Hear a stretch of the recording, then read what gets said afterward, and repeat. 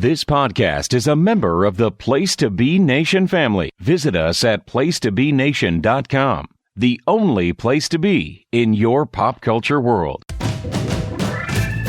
You are listening to Lucha Afterground. Hello, everybody, and welcome to Lucha Afterground, the premier Lucha Underground after show. Thanks a lot for joining us, and sorry for the wait. My name is Max, and with me, as always, is Travis. Happy New Year, everybody. Happy New Year. Happy New Year. Here we are recording. So today we are going to cover two episodes, episodes 16 and 17. Of Season 3, correct. Of Season 3. So that is the Battle of the Bulls and the Gauntlet. Mm-hmm. Cool. And we got a lot to cover. Yeah, so I'm guessing skip the news and notes. Well, did you see the thing about that Meltzer was reporting that morale is low? Yeah. Because they're not going to start shooting season 4 until October. Which means that they probably wouldn't even premiere until 2018. Yeah. Yeah. Like May of 2018, I believe, is what was said. That far? Wow. I know. Wow. And I guess that doesn't sit well with the some of the talent who are on like 7-year contracts. Yeah, I mean, you've had to probably black off dates, that's a shame. Yeah, I wonder if it's going to happen. Because it sounds like it's been bumped already 10 months. Who's to say it just can't get bumped off the docket? Do you think they would do a movie? That'd be awesome. It would be so good, but I don't know if anybody it would have to be made for TV. Something. It doesn't have a big enough draw to be put in theaters, you know. No, a mini series. Yeah, that'd be cool. Yeah. Yeah. All right, so that's about it for news and notes. Things are just it's slow. It's a slow time. Everything shuts down for the holidays. Yeah. Oh yeah, it does. But when I'd heard that, the one thing I hadn't heard about the morale, but I thought that maybe they were thinking they could try to do it with a shorter turnaround. Maybe they were learning from the momentum they were losing with stuff getting revealed and it not kind of paying off when you see it like 10 months later and stuff, that maybe October could mean that we do see it in January or something. Do you know what I mean? That'd be nice. Like a shorter turnaround. That might be nice. Yeah. Anyways. Other than that, that's pretty much all I got for news and notes. All right. So let's dive right in. Right on. So episode 16. Right away, our recap is Dario Cueto and Angelico talking about, I have B.O.B. written down here a lot, and every time I see it, I'm thinking, bombs over Baghdad, but it's the Battle of the Bulls. Oh. Cobra Moon asking for Drago. And Johnny Mundo and Sexy Stars cage match. And we enter, and it's a new band, Metalachi. And they're singing La Bamba. You weren't into it? Well, was La Bamba in the last episode? Yeah, or was it just that's my only issue with them so far. Is that they sang the same thing twice? One trick pony, one song pony. Yeah, I preferred the other band. Sure, but I'd say these guys are second. Yeah. I don't know how I feel about the La Bamba. Yeah.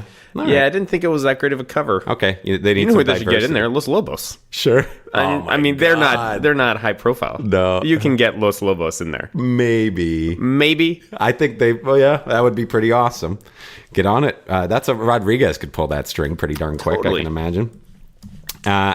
Anyways, I've got a Man in the Witch, but I don't know. We'll skip it. Okay, we don't have time for it. Yeah. Matt Striker's in black. I noticed that. First match. Is that significant for some reason? I don't know why I had that as significant.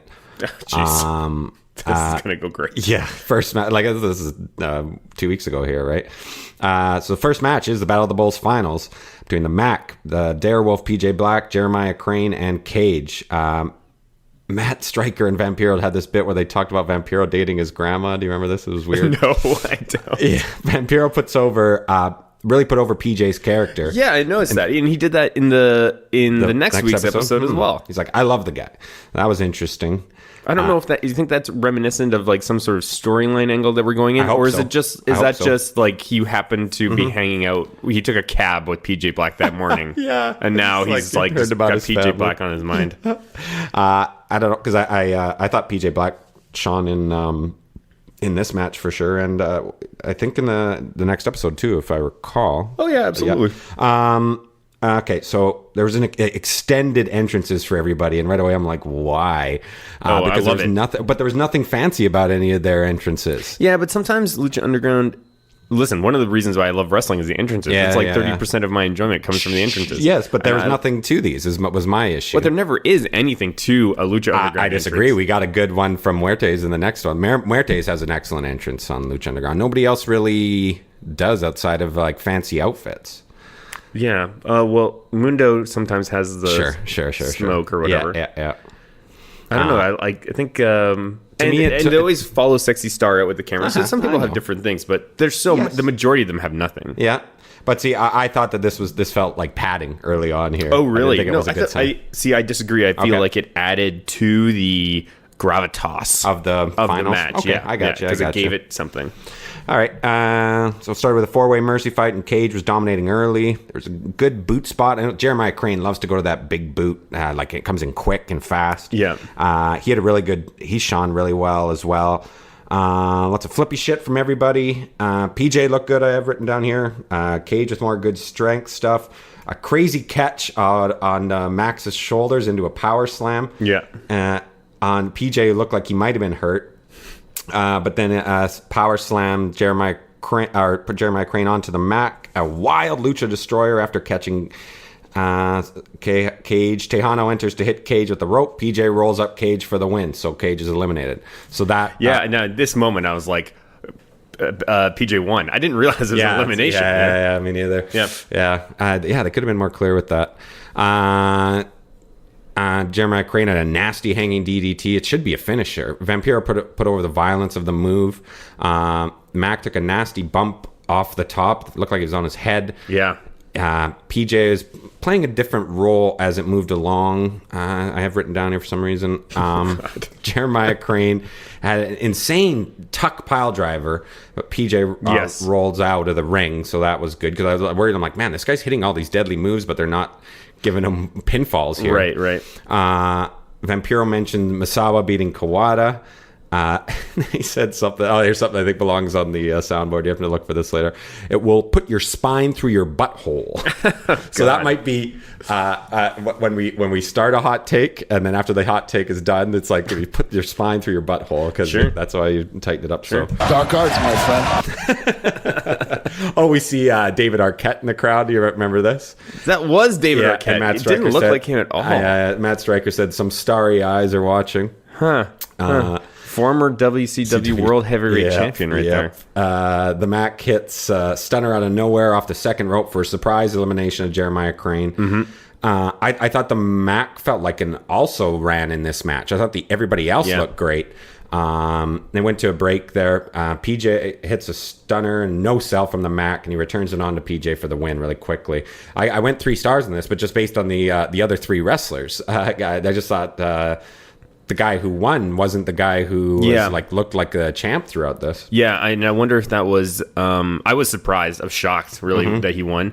I thought it was going to be PJ Black pretty much from the opening moments because it would feed nicely into a PJ Black Johnny Mundo match in the next couple of weeks. So this was a huge swerve for me, and I wonder if... I'm sure that they were conscious of that. And I wonder if maybe it was intentional to sort of hold the Mac back a little bit to keep him out of the spotlight, not to... Either way, that's kind of how it ended up feeling for me. Yep.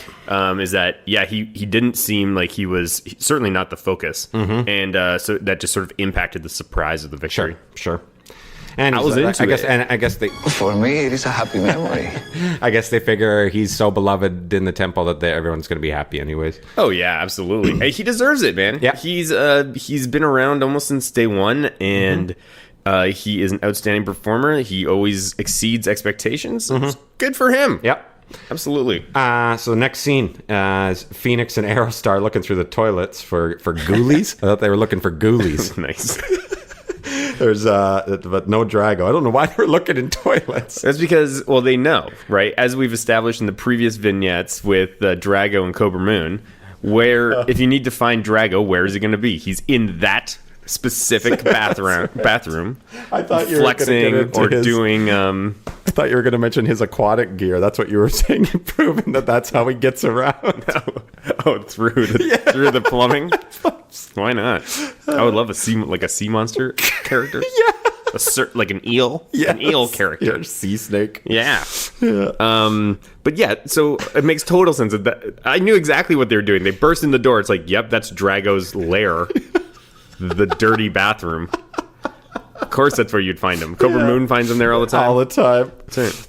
That's where he had the nunchuck fight with PJ You're right, Black. you're right. Yeah, he's always in that bathroom. It's his lair. It's too strange. Well, of course, the Cobra Moon finds them there because she knows that they'll be looking for him there and says she has him. Mm-hmm. And then Boom Boom and Reptile Vega enter. Good camaraderie between Phoenix and Aerostar here. I really liked.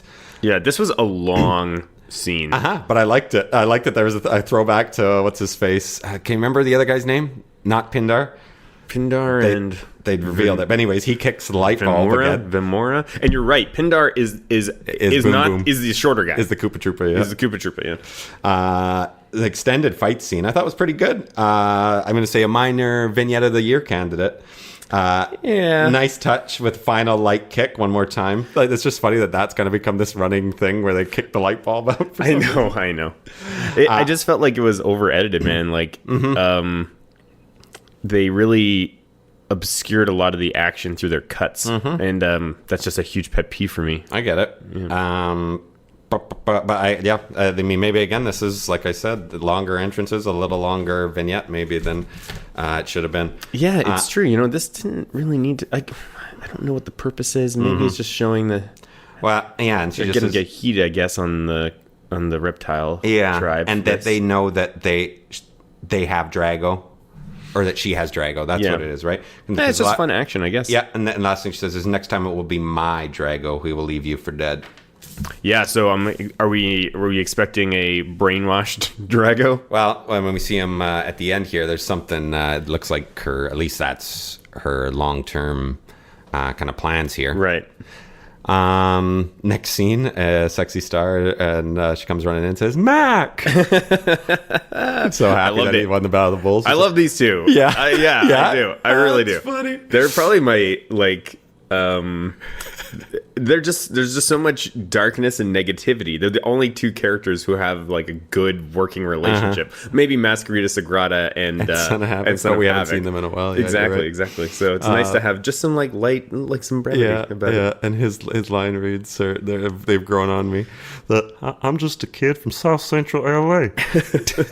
God, she's speaking Spanish. He's speaking English again. And they had again that really funny, elaborate handshake. Yeah. You know, they're buds. Yeah, and then Spider crawls in again. And at this point, I thought, okay, the Spider should appear in some way in her match to move this along. But, I mean, it didn't. So it takes us next into Dario Cueto's office with Jeremiah Crane. Jeremiah Crane is given a match. He grabs something from the ceiling tiles, and he walks down the hallway. Yeah, it was a Ouija board. Oh, that's right. Yeah, he ran into Katrina. Do you remember there was in one of the... Dario in Dario's office in a vignette way back when it could have been in the end of season 2. Mm-hmm. There was a shot of him putting something up there in the. That's right. Yeah, and we never found out what it was. Huh. Was it the Ouija board? Yes, but it seemed like Dario didn't know what it was when he took it out of there. Maybe he was faking it. Yeah, maybe. Yeah, you're right. I completely forgotten about that. Mm-hmm. Good catch. I have to give props to Lady J for that. Actually. Yeah, good, cool. She's writing a column now on the Pace magazine. That's good. She's getting and there was kind of a trend in wrestling Twitter, or just like a lot of people were noticing at the end of the absence of female wrestling writers and stuff, and it seems like she's really kind of championed that cause, which is great and important.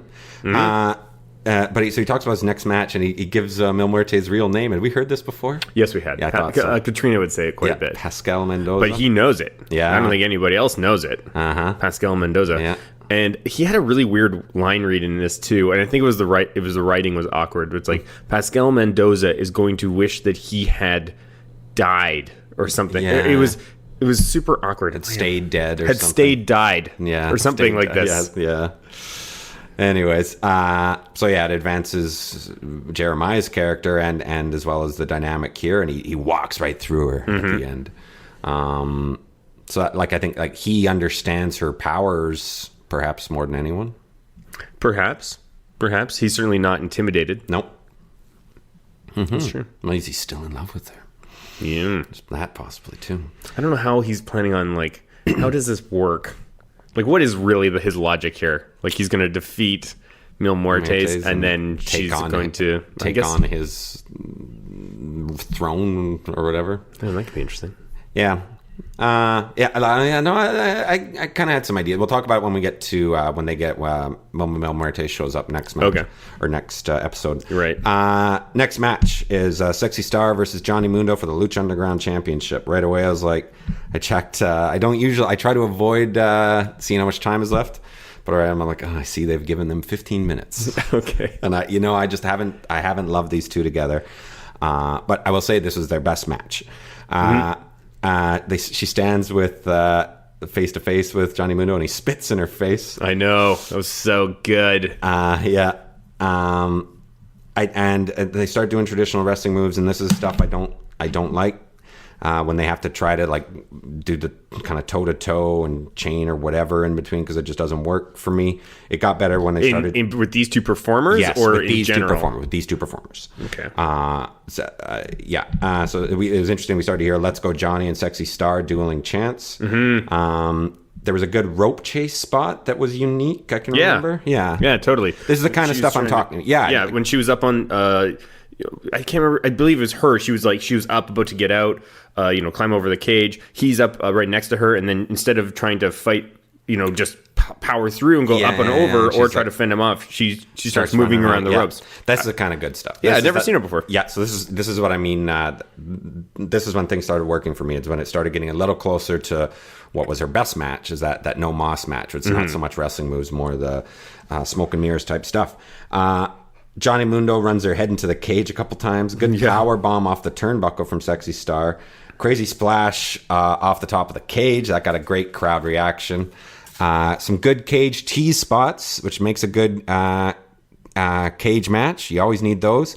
And finally, Sexy Star's mask is taken off. Oh my God. And Johnny Mundo's on the other side and gives it one last taunt on the other side of the cage, which was nice. Excellent finish. I loved the finish. And so I went 3 stars. I thought this is the best work they've done together. Took a while to get going. What'd you think? Yeah, I mean, I don't think it resonated with me as much as maybe it did with you. Yeah. I liked it. I'll be totally honest. I'm just sort of like skimming through it right now.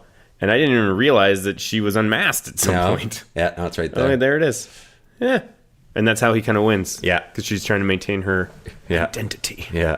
That's cool. And we get Mac at the end, comes out and gives him a fast stunner. Yeah, so that was a good, nice go-home image from the temple. Yeah, totally. So it kind of reminds you of what's coming up. So the final scene, Drago's in chains. And Cobra Moon says, "Are you ready to call me queen?" And it looks like he needs to eat. And she says, "A dragon must feed." And he breathes fire to end the show, which was a cool touch. Yeah. Yeah. Overall. Like I said, I thought there was a lot of filler in this. But stuff moved along. We learned more about Jeremiah and Katrina. I wish the spider would have shown up here again. I don't like that that's getting, dragged out a little too long. Yeah, well, it's got to be leading to another debut, don't you think? Hope so. Or something. Curious. All right. Break time? Yeah. Let's take a break. Here are some words from Place to Be Nation. Promotional consideration paid for by the following. Voice of Ring of Honor's Kevin Kelly here. I just want to make sure you're all subscribed to all of our great feeds here at Place to Be Nation. Now, it's really easy to do. Just head to iTunes or your preferred podcatcher app today and search for and subscribe to the Place to Be Nation wrestling feed, Place to Be Nation pop feed, Pro Wrestling Only feed, and of course, the Kevin Kelly Show feed, which includes the full archives of my podcast.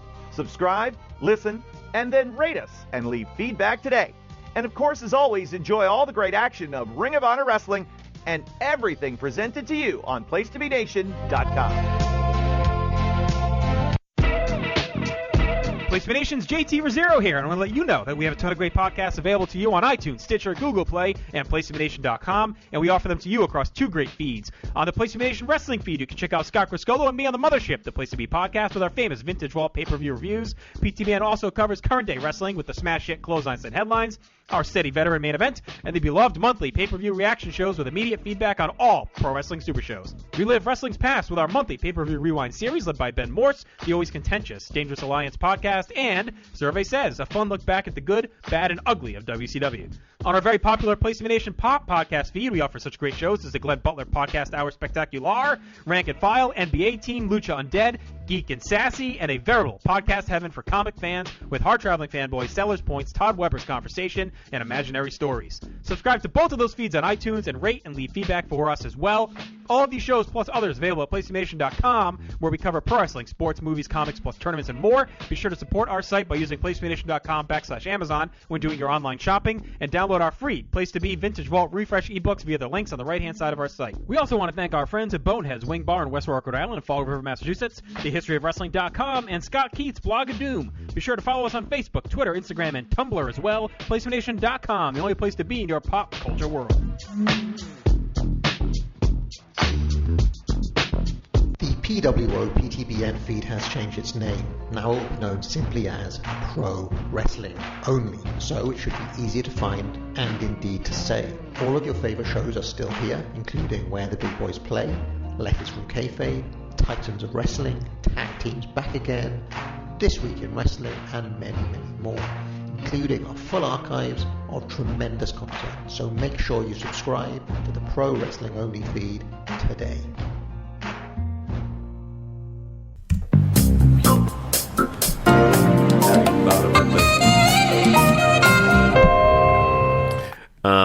Lucha City Nights, I haven't, like, it's been put on the back burner. Man, are we off our game today? I feel it's the holiday. I feel season. like we're just not quite there. Overcoming tryptophan. I mean, my God, sometimes we talk about a single episode for 45 minutes. We talked about one episode for not even 20 minutes. Okay. And I feel like there was nothing else to say about that. No. But that's on us. A little bit. Oh, boy. It's yeah, but also I'm guessing in the last week or so you've watched a lot less wrestling than you usually do. Of course. Yeah, most definitely. Me too. So it's just not. Please excuse us, fellow believers and listeners. Oh, Jesus. Hit the wrong soundboard. Can't even use Welcome to Slam Town, you pasty string bean. So here we go. Season 3, episode 17. The recap is Worldwide Underground and Angelico. Tejano versus Cage in their series. Jeremiah Crane, Ivelisse, and Katrina, as well as Puma, Vampiro, and Mil Muertes. Finishes with, which has kind of become a bit of a mantra I've noticed in Lucha Underground, that "come with me." It's shown up a number of different times. First segment is Puma with Vamp, and he says, "Rise, my son." He's all in like his really. This is best Vamp makeup. Yeah, I've seen them do. It says here, your journey into darkness begins tonight. Puma hits one of his flips, lands in his Superman pose, and calls him master. So he's starting to turn here into a dark Puma, or Puma dark. Yeah, I felt like this episode in general had so much pushed so much forward. Yeah. Right. So yeah, I like this episode a lot more. Yeah, we finally get that. And the very first, right out of the gates, the very first thing is that, okay, yeah, we're seeing, we've come to we've now officially established this connection between Vampiro and, I mean, there was always going to be implied, but okay, we've now met that benchmark, and now we're going to progress past it. Yep. Yeah. Again, say it's Metalachi playing La Bamba, like we said. Again. And the first match is Jeremiah Crane versus Mil Muertes. Katrina is just owning it as always with this full entrance. I think we kind of forget how much she's just on top of it. And a great character work with one look at Jeremiah Crane. Actually, I thought Crane did I'm just going to call him Jeremiah Crane. Yeah. I think he did a great job too, just with all of his facial expressions and his selling throughout the match. I was just was really, really impressed. Yeah, this match got so good. Yeah, I think so too. He's awesome. And this match looked like it could have been really, really great. It got cut short. Jeremiah Crane comes with that early kick like he does, like we talked about. Always. Yeah. And Mil Muertes retaliates and just starts kicking ass like only he can. Dude, that bump that Crane takes, and that because he's like the first move that Muertes throws is his Reaper's Trident, and it looks like he murdered him. The way his head snapped back and stuff, it just looked so brutal. Yeah. I was genuinely concerned. Yeah. So Mil Muertes drags him over to Katrina. And she licks her fingers and then just uses that on Jeremiah Crane's face. What's his name? Stryker says is like a baptism of some sort. Yeah, some kind of prayer or something. I'm not sure. And Mil Muertes sets him up for the flatliner. Then Puma enters with a kendo stick, and Jeremiah gets the win. So it looked like it was really getting great, but didn't really get to go anywhere. But then Puma stuck around for the extended beatdown. Yeah. And then Matt Stryker helps. I like how he helped to kind of tell the story here of he normally kneels on the. Yeah, that's right. That's something I would not have noticed. Yeah, that's a good, but that's great. And he's like, and just the way he questions, is he kneeling at Vamp? Yeah. It's great. Good. I thought so too. Yeah, I thought it was just like the perfect amount of. It was subtle, and the other thing I really like too is that in that moment before they cut to commercial, they didn't have Vamp like say anything, and it wasn't like he was seated either. Just by having him stand up and then take a step away from the desk, you can cut to him just enjoying the moment or whatever, and then you can just cut. There's no pressure for him to say something. I think Vampiro feels so much pressure to talk all the time. Good point. And he's just like lets it all just babble out. It's good. Just sort of separate him a little bit. It'd be nice to. In some ways, it'd be great if they could just get Vamp to just be that character. I'd love it. And not be doing commentary anymore.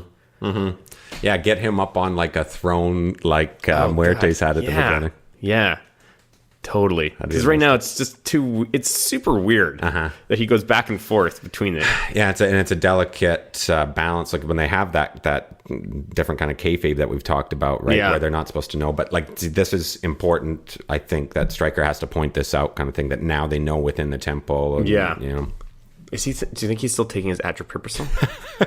We haven't said that in a while. I do not. Okay. Not when he's got that full kind of makeup on. That does not. That shows me he skipped a dosage or two. Well, atropurposol is mostly for skin conditions. Yeah. So if you're not taking, that's just a breakout. That's what is. That's not makeup. So next we get Sexy Star. I thought it was Ricky Mandel at first, but it's not. I think it is Ricky. Was Mandel. it? Yeah. Okay. I think it is Ricky Mandel. But he just says he's a Mundo fan. Yeah. And I think this is the guy from the trailer that we thought looked like the fourth. That's what I thought too. Yeah. He gives her the spider box. I knew it was a spider box as soon as he gave it to her. And you know what? I got a hot take. No, fuck it. Don't touch it. Sexy Star hates spiders. Yeah. Dark arts, my friend. God, she just does not care for them. It seems really stupid, doesn't it? At this point, it's ridiculous. Yeah, it's really, really stupid. What could this be? Another a present for me? I know. And look, somebody took the time to cut my name out of a magazine. Each letter individually. What the hell? Let's see. I bet it's chocolate. Yeah, no. There's got to be a better way to do whatever this is. So sad that her reaction's even stupider. It's even dumber that she comes in screwing for a match with Mariposa when we've already. God damn it! I know we already had this confrontation. Yeah, she said she didn't do it. Yeah, we believe her. Yeah, But not if Sexy Star is so convinced it's Mariposa, then we also need to be convinced as an audience member, or at least have some suspicions that it's her. But like, there's just no. It makes no sense. Mariposa is a moth. This is a spider. They're sworn enemies. If it does turn out that this is Mariposa, then it'll a shit storyteller. Oh God, and lazy. Just to go back to an old feud. It's not. Yeah. Why? And it's just like a dumb rubber spider. What the fuck? is this? It's so stupid. There's your spider box. I mean, Christmas present. Do you think it's Ricky Mandel? Miss Star? Well, Ricky Mandel, like, now I'm starting to think back to those 3 pictures that Ricky Mandel got. Remember? Yeah. So maybe he's adding... yeah, what's up with those pictures? I don't know. They're I thought those pictures were going to have something to do with the Rabbit Tribe. a lot of dangling dangling chads here. I don't know, man. Oh, God. It's hard to keep up. Yeah, there's so many things. It's funny how they start so many things and then...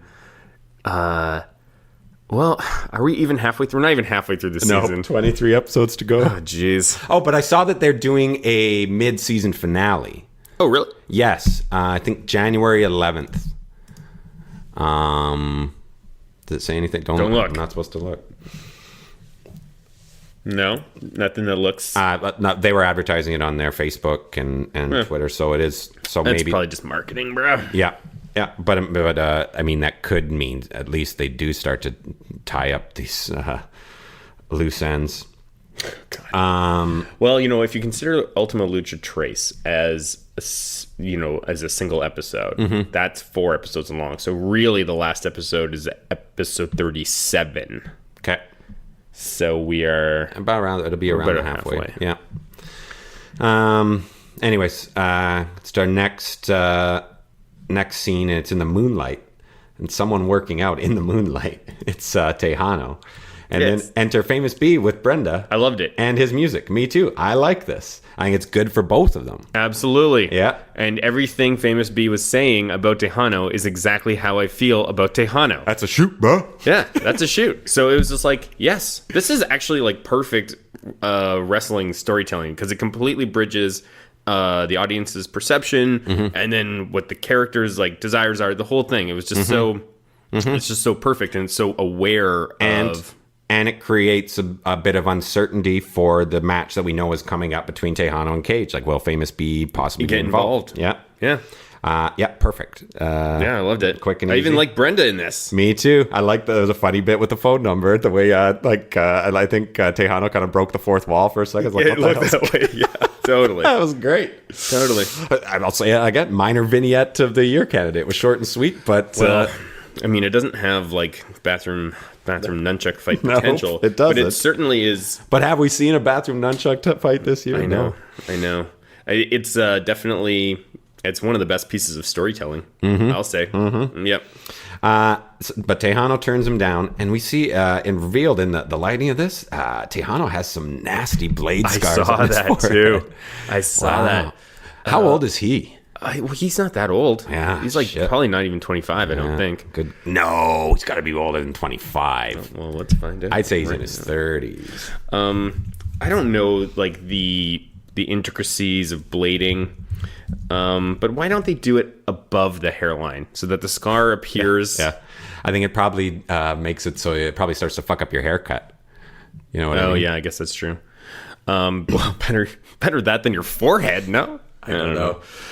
Okay, he's actually much older than I thought. He's 32. Yeah, that's what I thought. Still, that's a lot of mileage on that dome. Yeah, it looked particularly nasty. Yeah.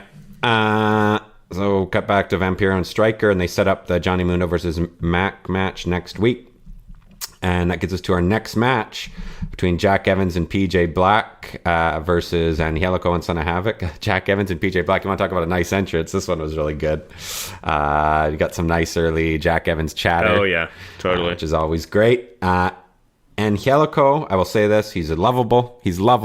Yes. But he's going nowhere with that look. Nowhere. I was really thinking about him in that full body suit. What is up with that full body suit? I think you could possibly do something with that full body suit, but not the like the Monster Energy drink, like we've talked about. It's so I know, but him and Jack Evans, their gears all. In fact, even PJ Black was wearing the gear of the same color scheme as well. But it's they so weird. Right away you could hear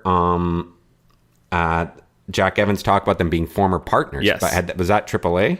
Yes, they are partners in AAA right now. I'm pretty sure, along with a third guy named Australian Suicide. Oh yeah. I think I remember us looking at that.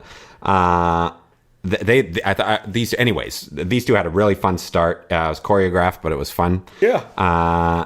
And then they tag in Son of Havoc and PJ Black. His name had a very funny. He said he had him by the short and curlies, but I'm not talking about the. He said it really quickly, Vampiro. He's like, I'm not talking about the ones on the end of your chin. I'm talking about the ones on the end of your chin, not the ones in your nutsack. Fit it in so quickly. Dark arts, my friend. And Angelico fighting with. It seemed like he was fighting with something to prove. He looked good, like because it was his first match back. However, there was some good tag work between him and Son of Havoc and Angelico. Reminded me of when they were together. Led to a nice build, but it was somewhat sloppy, which led to Angelico kind of fucking up his elbow, kind of coming off the rope. I know. I hope that's not real.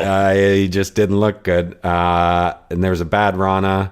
He said it was a dislocated elbow right away. They said maybe. We're getting. Well, at first he said we're getting reports of dislocated elbow. There's like, and then he started to speculate. It's not good. It's not good. I know. Especially because they don't do false injuries in Lucha Underground. No, you know? but whenever it happens, it's good. Yeah. So that would really suck for him. That's 3 glaring ones this year that I can recall. But what was an okay match really fell apart at the end because of this. Yeah. And then Jack Evans does a 450. And that finisher was fucking great. Yeah, it was good. I mean, it was more than the 450 where they had like a twist to it too, I think. I don't know. It was whatever it was. It was like it was high flying flippy stuff. Yeah. But it didn't seem. It seemed so out of place. It definitely. I bet you that was a real injury, man. Because this ending to this, why would you have their team lose clean to the Worldwide Underground? It just doesn't make sense. You're trying to build towards a Mundo Angelico thing. Oh boy. Yeah, there might have been some. Maybe not called in the ring, but like you could probably. Okay, stop tape. Yeah. And figure out what we're going to do with this. Yikes. That's a shit. Yeah, that is too bad. Anyways. These injuries are really screwing things up. Yeah. You know what else I don't like? Back on Angelico for a second. Mm-hmm. And this is not just about Angelico, but it's about the whole production design of the show. You can use that mask logo in your merch. You can use it in your opening graphic and everything like that. But you cannot have. You can maybe have it kind of kicking around in like the background of the temple, I guess. But you cannot have wrestlers coming out wearing the hats or the shirts because Dario Cueto is not selling like merch and tats of this thing. Yeah, and also like it's just like. Do you want to come off? Is that your gimmick? I'm towing the line. I'm a company guy. Yeah, you know? Totally. It makes no sense. It makes no sense. I like. Yeah, but if you could fuck with it, like the way PJ Black has turned into a Darewolf, and there's a Mundo with the sunglasses. That's you kind of like say a guy. Even that. No, even that doesn't make sense. These guys, maybe Mundo, but not. No, these guys are not. These are supposed to be underground fighters. They don't have like a t-shirt printing press. Yeah. You know, they're not worried about their brand. Yeah. Maybe Mundo, that kind of works with his character, but none of these other guys, man. It doesn't make sense. They got to get rid of it. They got to decide. They need to.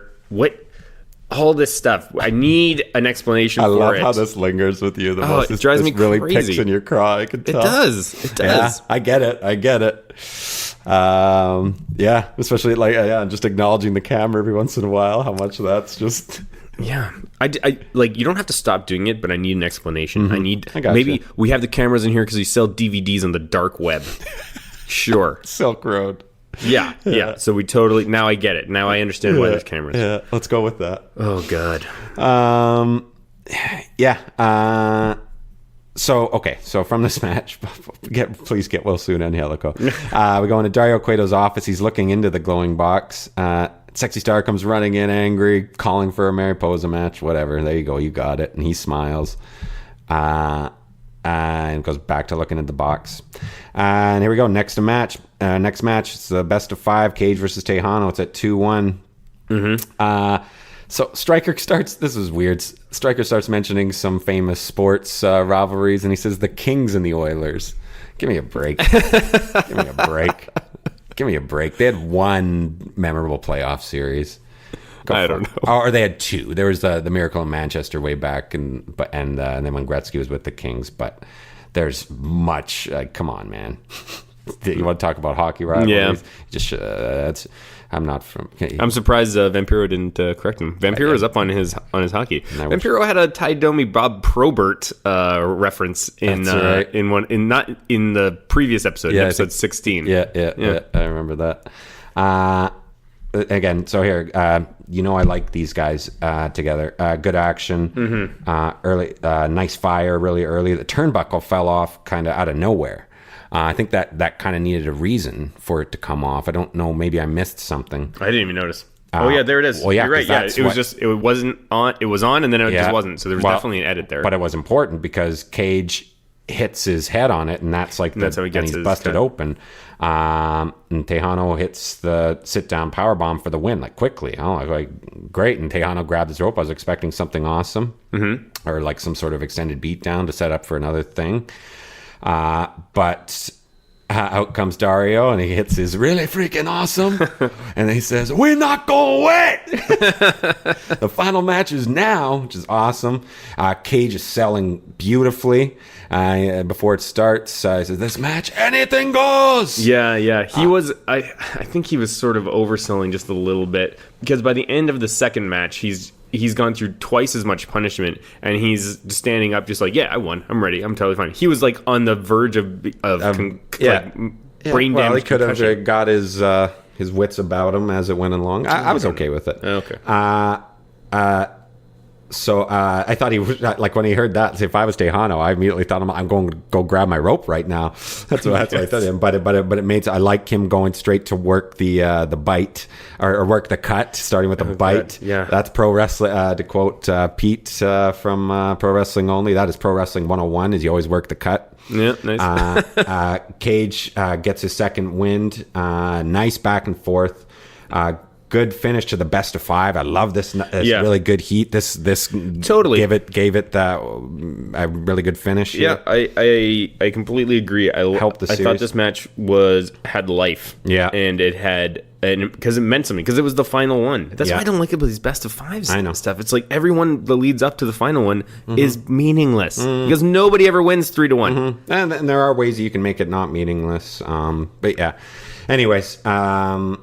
Wild flips to the outside from both, and the match needed to move out there. This time, I was like, okay, there's supposed to be a anything goes match. Why are you guys spending so much time in the ring? So it went out the right time. Brawl through the crowd. Cage looked great with that crimson mask. Some really tough stuff onto the bleachers, and it got nastier. I was really liking this work here. This was really, really picking up for me at this point. Vampiro describes the cut as being like the size of a quarter. Ew. Because he saw it up close. Crazy match. Cage takes a bump. Tejano with a dive from the crowd. Do you remember that? That was great. Lucha chant, a "This is awesome" chant. Classic throw into the seats, and Tejano grabs a chair with a nasty headshot. Yeah. Yuck. I just write yuck. Yeah. I didn't like that. I didn't mind it because this led right to the pin, didn't it? No. This is the one Tejano on Cage, the first one on the outside. Anyways, a Matt Striker slams Canadian currency. Do you remember this? Yeah. That was a little unnecessary. Tejano, his hockey references wrong. Yeah, and then saying toonies are worthless. Fuck you, Matt Striker. Fuck you, man. Tejano finally grabbed the rope here. This is great stuff. Vamp mentions Stu Hansen and Rick Martel, two of my all-time favorites. Steel chair into the ring, and then another. This was an even worse nasty headshot from Cage to Tejano because it broke. Just gross. That one was awful. I hated it. Tejano kicks out. It was too real for you. Yeah. No, and it's just that you know enough about fucking concussions. Yeah. You can't be doing this anymore. Cage misses the lariat. Tejano throws on a label lock, he was almost put into a roll up. Cage hits the discus lariat, a near fall. Cage gets the rope. Awesome pickup pile driver for the win. Great stuff. Awesome finish to the feud. I went 3 1/4, but it lost half a star a quarter star for each of those chair shots. I really so if it wasn't for those chair shots, I would have gone like 3 3/4 on this. I really like this match. Yeah, I did too. I thought this was one of the best matches of the season, hands down. Yep. Dario Cueto says he can't hand it out in front of the believers. They're too weak-minded. I loved it. Like that. That was good because Dario needs to get a little heat from the believers sometimes. Credits start to roll, and Cage follows him into his office. In the last scene, I got to give props to Cage for his acting in this. I thought it was fantastic. Me too. And it's good that they were kind of matched up. You could tell that was makeup at that point, so they just had to try to match up the way his blood looked. Maybe. Oh yeah, you could see with like that scar on him, like that. Like there's no way that was kind of cleaned up like that, or it's scabbed over like that, or whatever. Dario Cueto opens the box, and it has a gauntlet, we learn. And this is interesting, because remember the guy in the limo, he also had like a metal hand. That's right. So maybe he had been wearing it, and he took it off. Yeah, I wonder. Interesting. Yeah, see, here's what I'm thinking. Okay. That whoever that guy was, it's like, he is kind of like the gauntlet, right? It's like you put the gauntlet on, and now you're possessed sort of by him. I'm predicting, as we go over the next few episodes, Cage's personality will change, and he'll slowly be taken over by that limo guy. Yeah. That's my guess. That'd be pretty cool. Or maybe it's going to turn out he was that, and this gives you like time traveling abilities. It was Cage the whole time. Whoa, dude. That would be amazing. Yeah. Like it's fulfilling some kind of prophecy that needs to happen. Dude, I love that idea. I know that would be. But they've just. He's so great. He's so freaking awesome. We're already so confused though with all these unfinished storylines and things going off in different directions. I don't think it's the best idea right now to add time travel to the mix.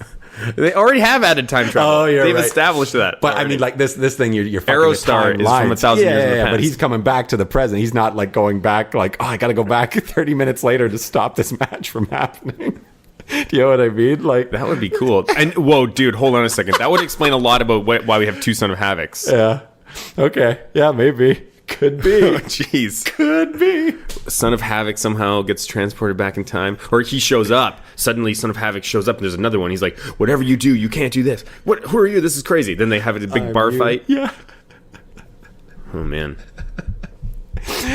Good. I'm glad I got your wheels moving here. Well, it's definitely, I can see it, I can sort of see it. If I had like a wall with Polaroids and yarn, I could draw the links, I think, between this and Daga could come back due to time travel. There we go. Oh, dude, this is getting scary. Yeah. This is getting scary. Cool. So anyway, Cage first dismisses the gauntlet, and Dario Cueto just please try it on. And there's like lightning, grabs Dario Cueto by the throat because he can feel the power. Says, I think I'll keep it. Dario Cueto, after recovering from his little strangle, smiles and kind of looks up. Yeah, and that's what makes me think is like, it's not as if I was expecting him to put it on and just immediately turn into somebody different that is maybe under Dario's control or something like that. But the fact that he walked away, so when he's walking out of the office, I was like, why the fuck did Dario even do this? He just gave this random power to this guy. What was the point? Because you can't control him now. But if he is slowly going to turn into the limo guy, then you don't need to control him. This is all part of the prophecy. Yeah, and perhaps he is now cursed. Oh, he's cursed. Of course, unique. He's cursed. He's cursed. That's how it works. Shake hands with the devil. Yep. Yeah, much better episode from the previous one. Here we have next week's episode, episode 18, Evil Rising. The Mac battles Johnny Mundo. We knew that. Paul London and the Rabbit Tribe versus Cobra Moon and her reptiles. I would expect Drago to get involved somehow there. If they get him out of the cage or out of the chains. Or maybe he's made his heel turn. Here's the one thing I got from this I wanted to say about Mil Muertes. I think it's possible with him and Jeremiah Crane we may see, because we're already seeing a Puma heel turn, we could see a Mil Muertes babyface turn. How? Well, if Jeremiah Crane is like taking his thunder kind of thing, and he just has to become. I don't know. I think it looked pretty obvious that Mil Muertes would just destroy Jeremiah Crane. But if Jeremiah Crane, is the only guy who's not like kind of doesn't have isn't intimidated by Katrina, isn't like is kind of. That is true. That is true. Don't you think there's going to be a Jeremiah Crane Phoenix thing at some point? That's the other love triangle. Yeah, that's right. She says I'm in love with someone else.